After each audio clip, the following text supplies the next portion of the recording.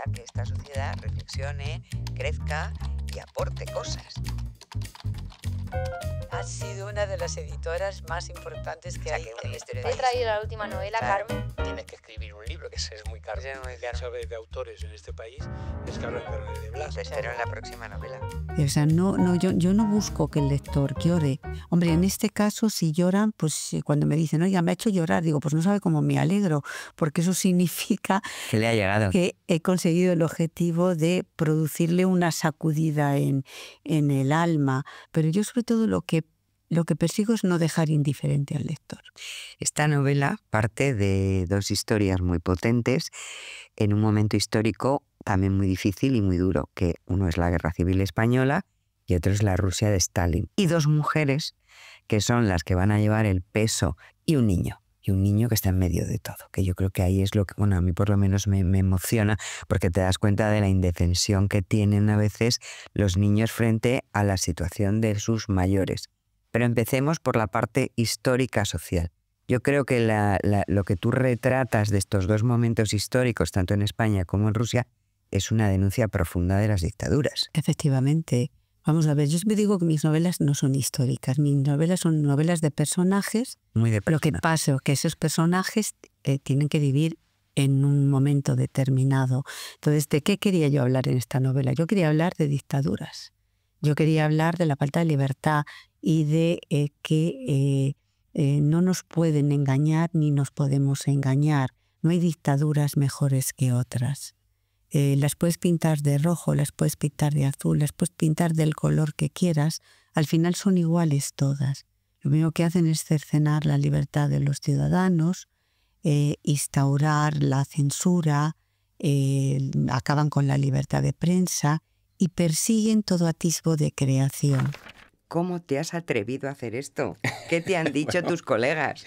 Bueno, me convenciste tú. Sí, bueno, pero tú seguiste. Yo no tengo ni mujer ni colegas que me digan nada. Bueno, el personaje surge porque yo realmente me entra la crisis de los 40. De los 40.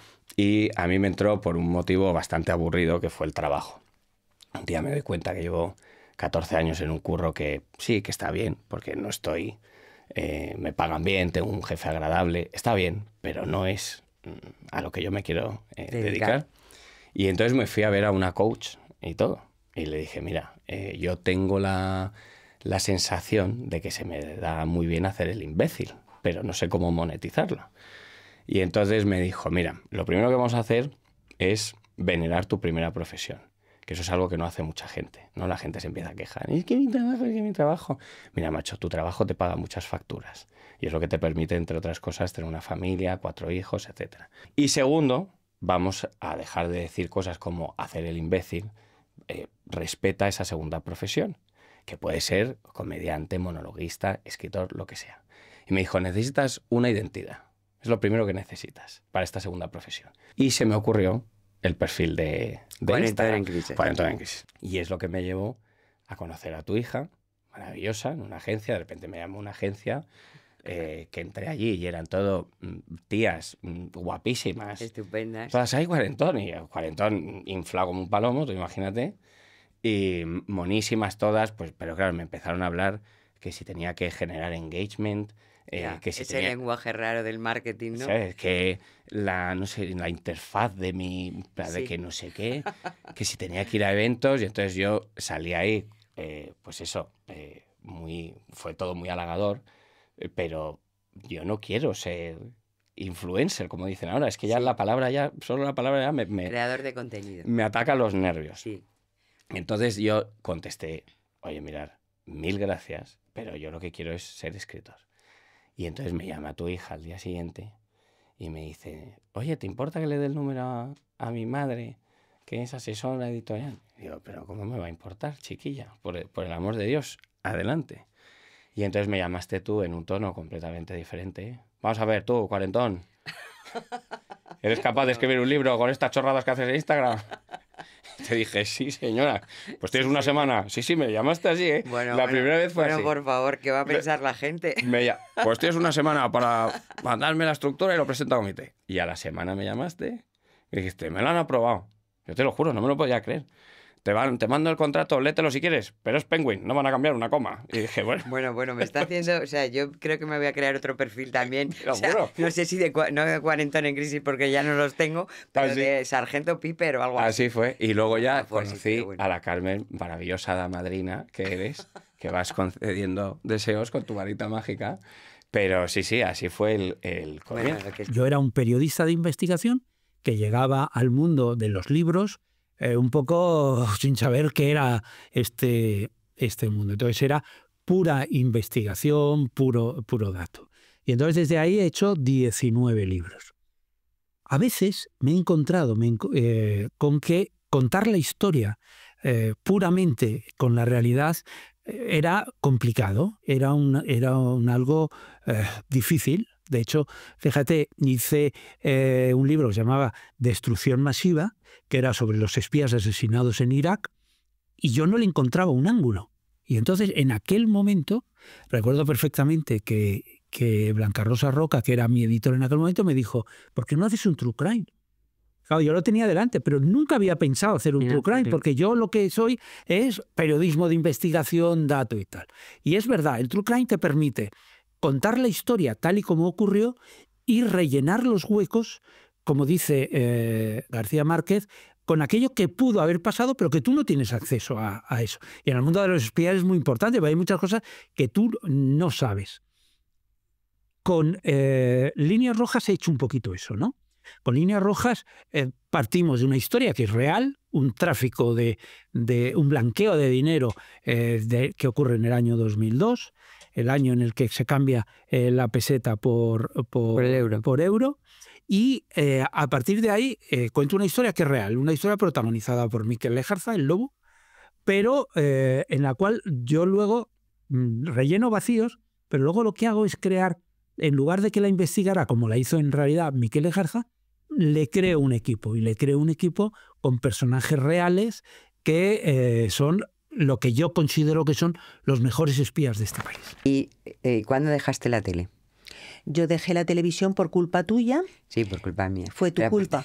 Porque yo, Fue por eso. sí, claro. Bueno, es que Año es ahí. vamos Sí, a hablarlo. 1900. Año 1999 yo estaba de Tú directora estabas en un programa de televisión de dirigiendo- éxito, de éxito total. dirigiendo Sí. a Eli del Valle en Telecinco. Yo me ganaba muy bien la vida, tenía un sueldo magnífico y ya estaba en el top de mi carrera porque ya había llegado a ser directora de programas y tenía al frente un gran equipo. Entonces ocurrió que una tal Carmen Fernández de Blas contacta conmigo y me propone que, que participe en un libro dentro de una colección que va a salir de ensayos llamada Modelos de Mujer, que dirigía Pepa Roma, Sí. y que, que como conocías mi faceta viajera, pues tenías interés en que yo hiciera el libro dedicado a las mujeres y los viajes, ¿no? Cuando me pides esto, yo primero me quedo un poco así, pero dije que sí. No sé por Dijiste qué que sí. dije que sí, pero Sí, dije me que sí acuerdo porque se estaba perfectamente. acabando ya también el contrato con Eli y tenía un tiempo libre. Y dije, mira, ahora después de Y estos... porque pensabas que era más cortito. Sí, Y dijiste, bueno, pues yo creo Sí, que sí, ¿qué tal? Sí, puedo sí, eso me hacerlo, acuerdo, pero fíjate. como ya te digo que yo no tengo remedio porque soy una enorme curiosa, pues en una época donde no teníamos ni Google, ni estas redes sociales, ni todo esto, pues claro, empecé a escribir sobre mis viajes, sobre mis experiencias viajeras y de repente pensé, bueno, ¿y qué otras mujeres antes que servidora han recorrido el mundo? Y ahí ya fue tremendo, porque me fui a la Biblioteca Nacional, me saqué el carné de investigadora, imagínate, esto con 38 años, 39, y entonces dije, bueno, vamos a ver, voy a ver qué libros hay sobre mujeres. Y entonces ya fue terrible, terrible en el sentido de que empecé a descubrir misioneras, conquistadoras, científicas, amas de casa, viudas, solteras, y bueno, un sinfín de nombres de grandes mujeres totalmente olvidadas que habían hecho grandísimos logros en el campo de los viajes y la exploración. Y fue cuando recibiste esta llamada mía, Sí. porque yo decidí que no quería contar mis batallitas ni mis viajes, que eso eran una minucia al lado de lo que habían hecho estas mujeres. Y como no había un libro que reuniera en ese momento las vidas de grandes viajeras y exploradoras del pasado, te propuse dedicarles un libro a ellas. y nace Viajeras Intrépidas y Aventureras en el año 2000, libro que yo pensé lo va a leer mi mamá, mi hermana y mi novio, y para mi sorpresa me di cuenta que íbamos bien porque la primera entrevista me la hace, que no me olvidaré, Iñaki Gabilondo. En los cursos del Escorial, Iñaki tiene el libro en la mano, Iñaki con lo culto que es y lo gran lector que es, y lo primero que me dice es: no tenía ni idea que las más grandes viajeras fueran las inglesas, las victorianas, ni idea, Cristina. Y en ese momento pensé, uy, hay una gran labor. Totalmente. Total. Y por tu culpa dejé la televisión con casi 40 años, dejé un futuro prometedor como directora de televisión, me podía haber comprado un adosado a estas alturas, no sé. ¿A qué queríamos una para cosa? nada, mi vida hubiera sido otra, pero tú me sacaste de esa zona de confort, porque después de Viajeras Intrépidas y Aventureras ya llegó pues Las Reinas de África, que era el libro que yo quería escribir más profundo sobre ellas, y Damas de Oriente, sobre las viajeras por Oriente. La Leoparda, porque era un chico al que nadie conocía y que se colocó en los libros más vendidos y que luego hubo una película y que a él le cambió la vida. Claro, yo mismo no me di cuenta, no me daba cuenta de que eso era material novelable, ¿no? Y ha sido un poco la base de una historia del Cronen, que es el libro bueno, en el que 30 años después, pues cuento aquello, la historia detrás, como dice la otra historia del Cronen, la historia detrás de la publicación de esta novela, ¿no? Y lo bonito es que efectivamente coincide en el aniversario de los 30 años la publicación de historias del Cronen, de la novela original, que salen de bolsillo, con esta obra que la acompaña. Están las dos juntitas en librerías, y bueno, sí, pues cuento, bueno, pues la intrahistoria, o lo que pasó entre bambalinas, o cómo se fraguó, cómo llegué a escribir, a publicar esa novela, y cómo se convirtió de una manera pues absolutamente increíble, ¿no? E inesperada en el éxito que fue en los años 90. Bueno, hay que decir a la gente que el Cronen es un bar. Sí. El protagonista es un ejemplo de esa época, o sea, un joven desnortado, diría yo, en este momento, pues que le gusta la música, o sea, no quiere salvar el mundo, quiere vivir la vida, pero se mira mucho el ombligo.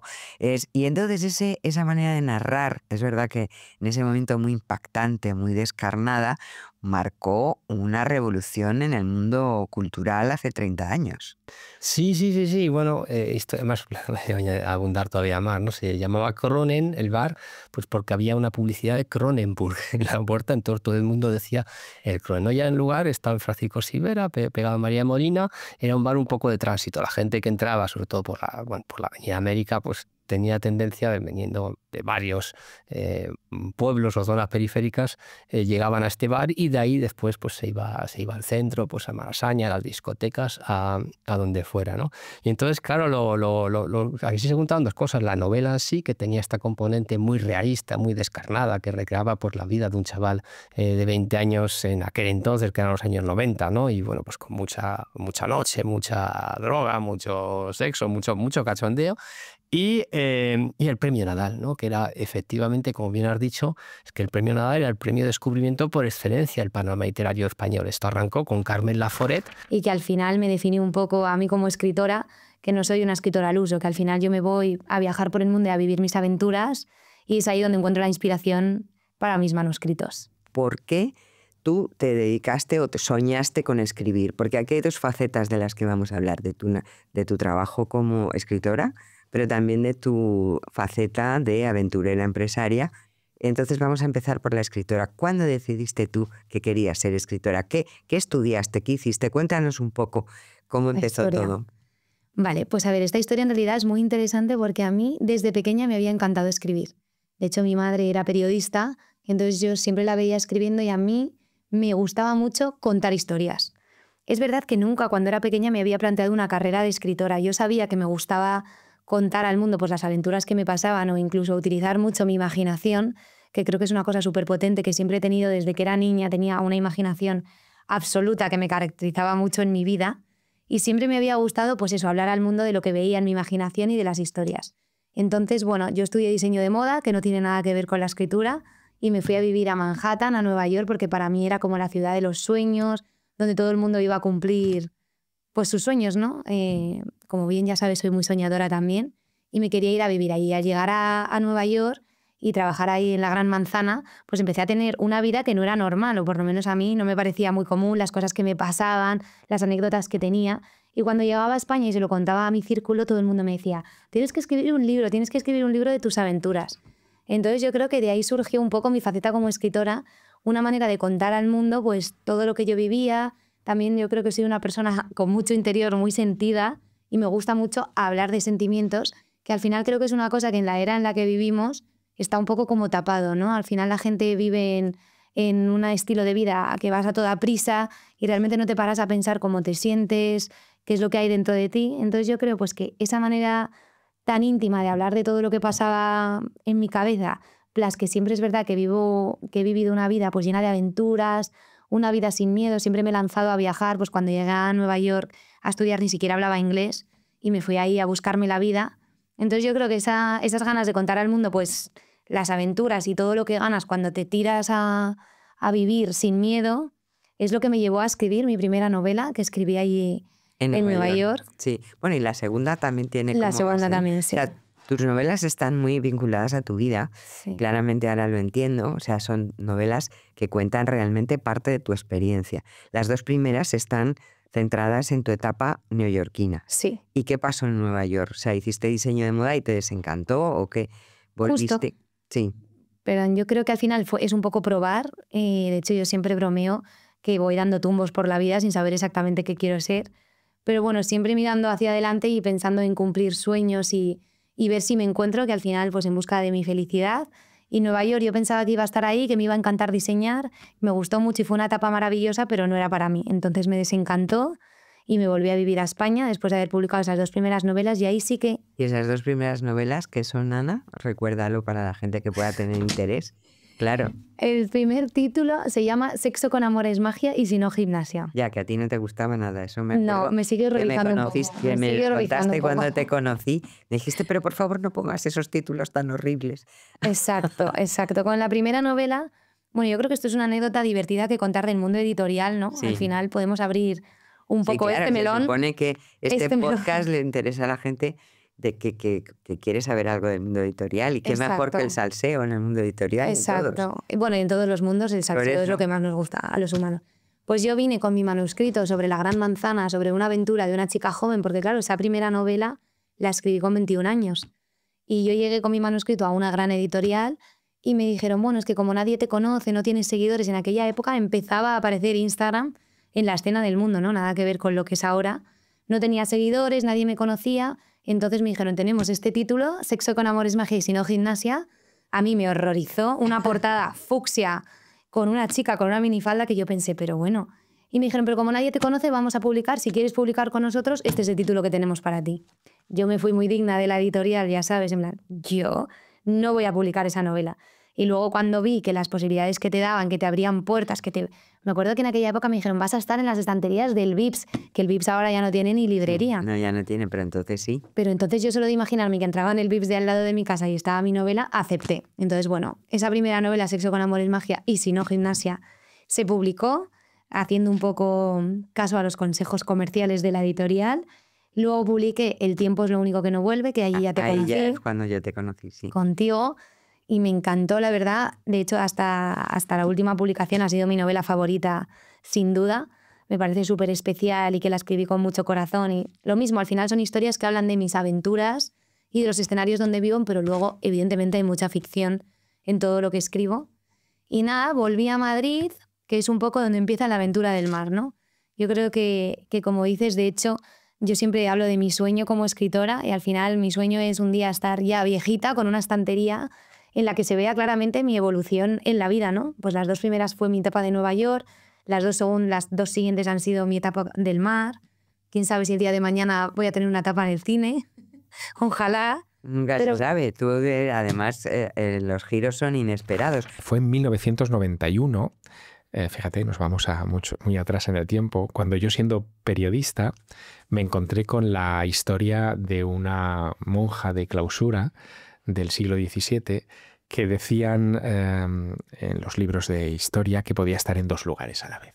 Esta mujer era una mística que, sin salir nunca de su convento en Ágreda, en la provincia de Soria, le habían atribuido la evangelización de Nuevo México, Arizona y Texas al otro lado del océano en tiempos de Felipe IV, del rey de las Meninas. Y no solamente era una atribución mística, era una atribución histórica, porque Felipe IV encargó una investigación sobre esas bilocaciones de la monja de Ágreda, se la encargó al fraile que condujo toda la conversión de los nativos americanos en Nuevo México, y ese fraile, que estuvo mucho tiempo en Nuevo México, se entrevistó con esta monja en Soria, y la monja le dio tantos detalles y tan exactos de cómo era la vida al otro lado del mar, de cómo eran las misiones, de cómo trataban los frailes a los indígenas, en fin, de tanta meticulosidad eran sus descripciones, que aquel hombre llegó a la conclusión de que sí, que efectivamente, que esta mujer había estado allí, no se sabe muy bien cómo, con ese don de la bilocación.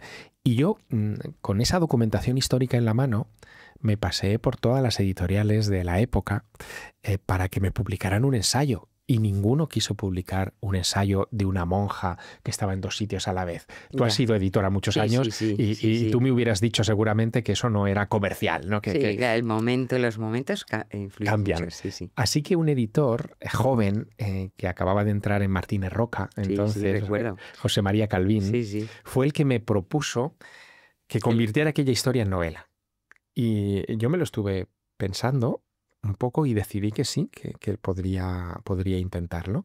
Lo convertí en novela, fue La Dama Azul. El libro empezó a publicarse y a reeditarse en un montón de sitios, y ahí es donde se me marcó el camino de la escritura. Bueno, eso y lo que hacéis los editores después. Cuando tienes el libro publicado, llamas y dices, bueno, ¿y ahora qué? ¿Cuál es tu siguiente proyecto? Tu siguiente proyecto fue el Crack. Es verdad que la gente que te vea en este podcast sabe que tu vida está ligada a la actualidad. Todavía estás ligado a la actualidad en artículos y en tertulias. ¿Cómo te ha dado por esto el viaje ya publicado para escapar de todo este aburrimiento que vivimos? No, yo creo que el impulso para escribir este libro nace de la admiración que provocan las biografías de la treintena de personajes que pueblan este retablo. Gente que, desafiando todo tipo de rigores, hablando de calor y de riesgos, se echó al camino, unas veces obedeciendo lo que se llamaba en el siglo XIX la llamada de Oriente, y en otros casos el impulso, en tiempos, digamos, clásicos españoles, cuando el descubrimiento de América, el impulso de lo desconocido y también el afán de conquista y de gloria, porque hubo una época en la que los ciudadanos tenían conciencia de que solo se vivía una vez y había que hacer algo que perpetuara la memoria de lo que se había hecho. Fueron, por así decirlo, y todos estos personajes de los que luego hablaremos, todos fueron protagonistas de sus vidas. Y yo me pregunto si ahora muchos de nosotros no nos estamos limitando simplemente a ser espectadores de nuestras vidas.